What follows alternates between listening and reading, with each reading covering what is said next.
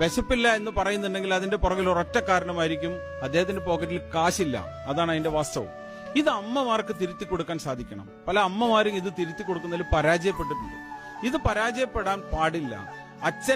അച്ഛന്റെ ജോലി എന്താണ്, അച്ഛൻ എങ്ങനെയാണ് വേർപ്പൊഴുക്കുന്നത്, അച്ഛന്റെ സമ്മർദ്ദം എന്താണ്, അച്ഛൻ ഏത് രീതിയിലാണ് പണം ഉണ്ടാക്കുന്നത്, എത്ര കണ്ട് അദ്ദേഹം കഷ്ടപ്പെടുന്നു, ഇത്തരം കാര്യങ്ങളെല്ലാം അമ്മമാര് കൃത്യമായിട്ട് മക്കളെ പറഞ്ഞ് മനസ്സിലാക്കി കൊടുത്താൽ ഒരു കുട്ടിയും വഴിപഴിച്ചു പോകില്ല.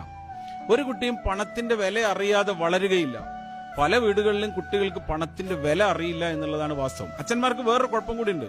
വിദേശത്തൊക്കെ ജോലി നോക്കുന്ന അച്ഛന്മാര് സ്വന്തം ജോലി സ്ഥലത്തേക്ക് മക്കളെയും ഭാര്യയും കൊണ്ടുപോകില്ല. എന്താ കാരണം? ഒറ്റ കാരണമേ ഉള്ളൂ. ഞാൻ താമസിക്കുന്നത് എവിടെയാണെന്നുള്ള എന്റെ ഭാര്യയും മക്കളും അറിയരുത്, ഞാൻ കഴിക്കുന്ന ഭക്ഷണം എന്താണെന്നുള്ള എന്റെ ഭാര്യയും മക്കളും അറിയരുത്, ഞാൻ ഏത് രീതിയിലാണ് ജീവിക്കുന്നത് എന്നുള്ള എത്ര കഷ്ടപ്പാടിലാണെന്നുള്ളത് ആരും ഭാര്യയും മക്കളും അറിയരുത് എന്നാണ് പല അച്ഛന്മാരുടെയും ധാരണ. തെറ്റാണ്, ചെയ്യരുത്. നിങ്ങളുടെ ജോലി സ്ഥലത്തേക്ക് നിങ്ങൾ വിയർക്കുന്നത്, നിങ്ങൾ ഉരുകുന്നത്, നിങ്ങൾ കഠിനാധ്വാനം ചെയ്യുന്നത് നിങ്ങളുടെ ഭാര്യയും മക്കളും കാണണം. അവരെ നിങ്ങൾ ബോധ്യപ്പെടുത്തി കൊടുക്കണം.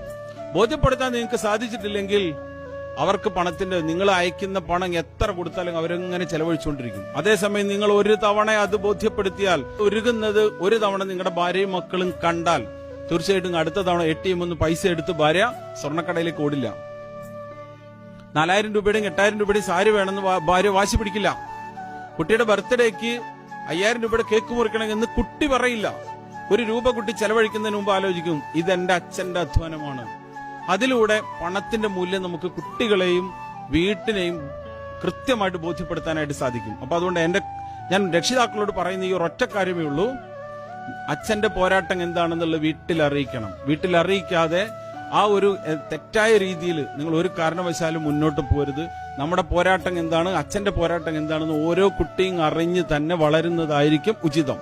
അതാണ് എനിക്ക് നമ്മുടെ ബഹുമാനപ്പെട്ട രക്ഷിതാക്കളോട് പറയാനുള്ളത്.